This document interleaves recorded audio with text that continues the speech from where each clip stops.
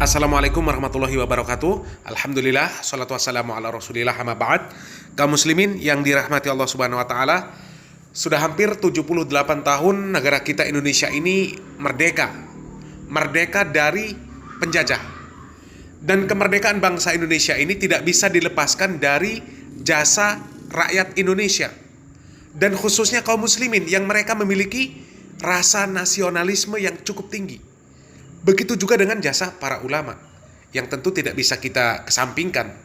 Ada Pangeran Diponegoro dari Jawa Tengah, atau yang dikenal juga dengan nama Abdul Hamid Amirul Mukminin Sayyidin Panatagama Khalifatullah. Ada juga Tuanku Imam Bonjol, ada Tengku Umar, ada Tengku Cik Ditiro, Cut Nyakdin, Cut Mutia, ada Sultan Ternate, ada Kiai Wasid, Kiai Ismail dari Cirebon, ada Kiai Hashim Asy'ari, dan masih banyak lagi yang tidak bisa kita sebutkan. Karena begitu banyaknya para ulama yang ikut andil di dalam kemerdekaan negara kita Indonesia ini. Mereka berjuang melawan kolonial Belanda sampai titik darah penghabisan mereka. Oleh karenanya wajib bagi kita untuk berterima kasih dengan perjuangan mereka. Kaum muslimin yang dirahmati Allah Subhanahu wa taala, tapi ada fakta yang cukup mencengangkan yang juga membuat kita geram. Ternyata ada juga Habib yang memberikan fatwa bahwa haram bagi pribumi untuk memerangi Belanda. Dan mereka yang memerangi Belanda dikatakan sebagai orang yang tersesat, orang yang tertipu oleh setan. Na'udzubillah min dzalik. Dan video pembahasan ini cukup viral. Kita simak videonya. Fakta-fakta sejarah yang sulit dibantah bahwa Habib Utsman bin Yahya sebagai mufti Belanda berfatwa di dalam kitabnya yang berjudul Manhajul Istiqomah Fid Dini Bisalamah. Isi fatwanya adalah setiap pribumi diharamkan untuk berjihad melawan pemerintah Belanda. Setiap pribumi yang berjuang, berjihad, perang sabil, perang fisabilillah melawan penjajah Belanda dikatakan sebagai ghurur, tipu daya setan. Coba mari sekarang kita renungkan, kita tafakuri secara pelan-pelan dan santai. Para pejuang pribumi yang ingin merebut tanahnya sendiri dari penjajah, tapi dikatakan ghurur, dikatakan berdosa, jihad orang-orang bodoh katanya. Masya Allah, naudzubillah tsumma naudzubillah. Padahal tatkala Belanda baru-baru awal mendirikan kongsi di Batavia, seorang sultan besar, Sultan Agung Mataram. Sultan Agung Mataram nih kan seorang raja besar, sudah mengirimkan pasukan untuk menggempur Belanda di Batavia. Bayangkan nih, Sultan Agung Mataram ini kan Jawa Tengah, Jogja. Perjalanan kaki sangat jauh demi tanah air dan bangsa, rela berkorban menuju Batavia. Walaupun toh kalah, tetapi ini semangat perjuangan untuk merebut tanah kita sendiri. Kemudian Sultan Agung Mataram mengirimkan pasukan lagi, tapi juga kalah. Kemudian setelah itu Sultan Ageng Tirtayasa dari Banten juga berjuang mati-matian merebut tanah air dari Belanda. Lah kok dikatakan ghurur, Masya Allah, dikatakan tipu daya setan dan berdosa. Ini sebenarnya fatwa macam apa ini sebenarnya? Masya Allah, naudzubillah tsumma naudzubillah. Kemudian setelah itu berkali-kali berturut-turut perjuangan jihad para putra-putra pribumi untuk merebut tanah airnya sendiri. Ada Pangeran Diponegoro berjuang melawan Belanda. Pasukan Pangeran Diponegoro ribuan, walaupun kalah. Kemudian ada perjuangan Sultan dari Makassar, Sultan Hasanuddin.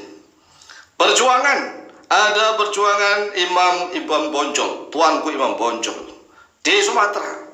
Kemudian perjuangan dari Kesultanan Aceh berturut-turut bertubi-tubi. Kemudian ada pergerakan para kiai-kiai dan ulama Banten, Geger Cilegon.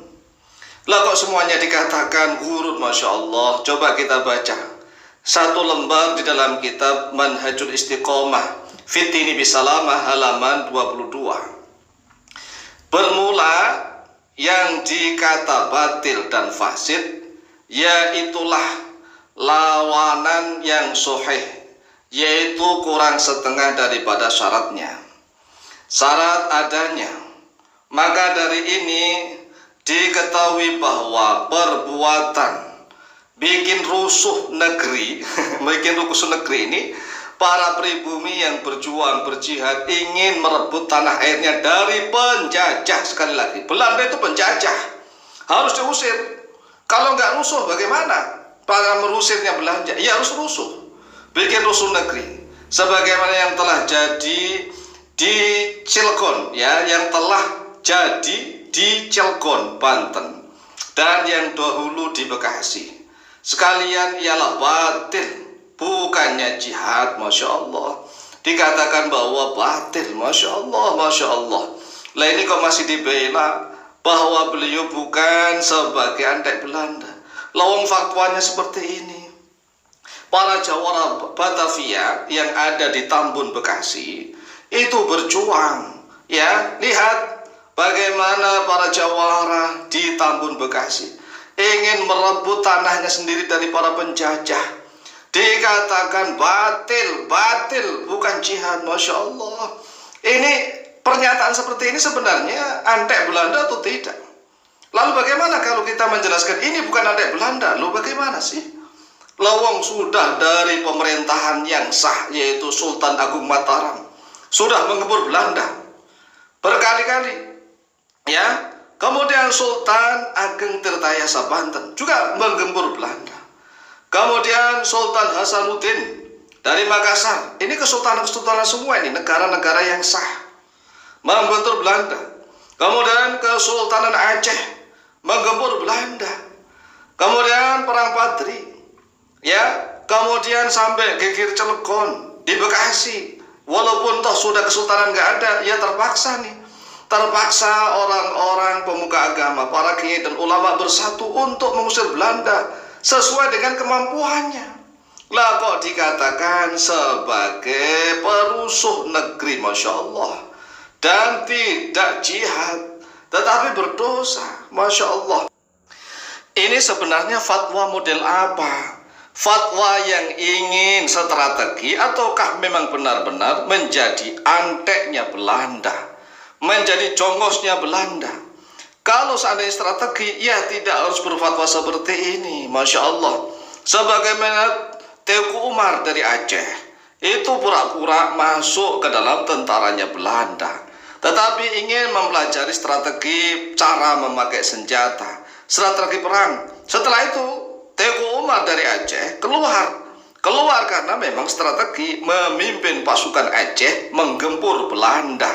Lah kalau ini, Masya Allah, Masya Allah, sudah berkali-kali pasukan pribumi, ya. Kalau seandainya mau mengatakan bahwa perang Bagrat Diponegoro itu tidak sah, misalnya disebut sebagai perusuh negeri, ya, disatakan sebagai berdosa dan ghurur, Masya Allah, berapa ratus ribu, ya, para ulama yang mendukung gerakan pasukan Pangeran Diponegoro, kemudian pasukan Perang Padri, pasukan para ulama-ulama Nusantara yang ingin membebaskan negeri dari penjajah Belanda.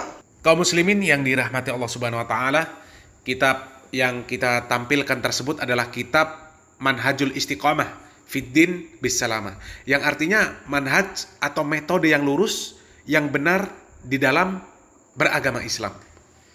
Kitab tersebut karangan Mufti Besar Batavia yang dikenal juga sebagai Mahaguru para ulama Batavia pada zamannya. Beliau bernama Sayyid Utsman bin Abdullah bin Aqil bin Yahya, atau yang dikenal dengan panggilan Sayyid Utsman Batavia. Dan kitab tersebut ditulis di dalam aksara Arab, akan tetapi berbahasa Indonesia, dan memang yang cukup mengejutkan di dalam kitab tersebut terdapat fatwa yang cukup aneh. Bagaimana sikap dan pandangan Sayyid Utsman, pengarang kitab tersebut, yang menentang gerakan revolusi petani di Cilegon, Banten yang terjadi pada tahun 1888 Masehi, yang mereka ini melawan kebijakan kolonial Belanda. Di dalam kitab tersebut dituliskan bahwa perbuatan bikin rusuh negeri sebagaimana yang telah terjadi di Cilegon, Banten, dan yang dahulu di Bekasi sekalian itu batil, bukannya jihad. Sebab tiada syarat-syaratnya. Malahan perbuatan begitu rupa melanggar agama dengan menjatuhkan beberapa banyak darurat pada orang-orang. Dan memang ini adalah fatwa yang cukup aneh, dan bisa jadi ini adalah fatwa pesanan. Karena memang ada ulama-ulama yang demi dunia rela melakukan apa saja. Dan ironisnya tokoh seperti ini juga masih ada juga yang mengangkat namanya. Allahul musta'an. Wallahu a'lam bishawab. Semoga bermanfaat. Barakallahu fikum. Wassalamualaikum warahmatullahi wabarakatuh.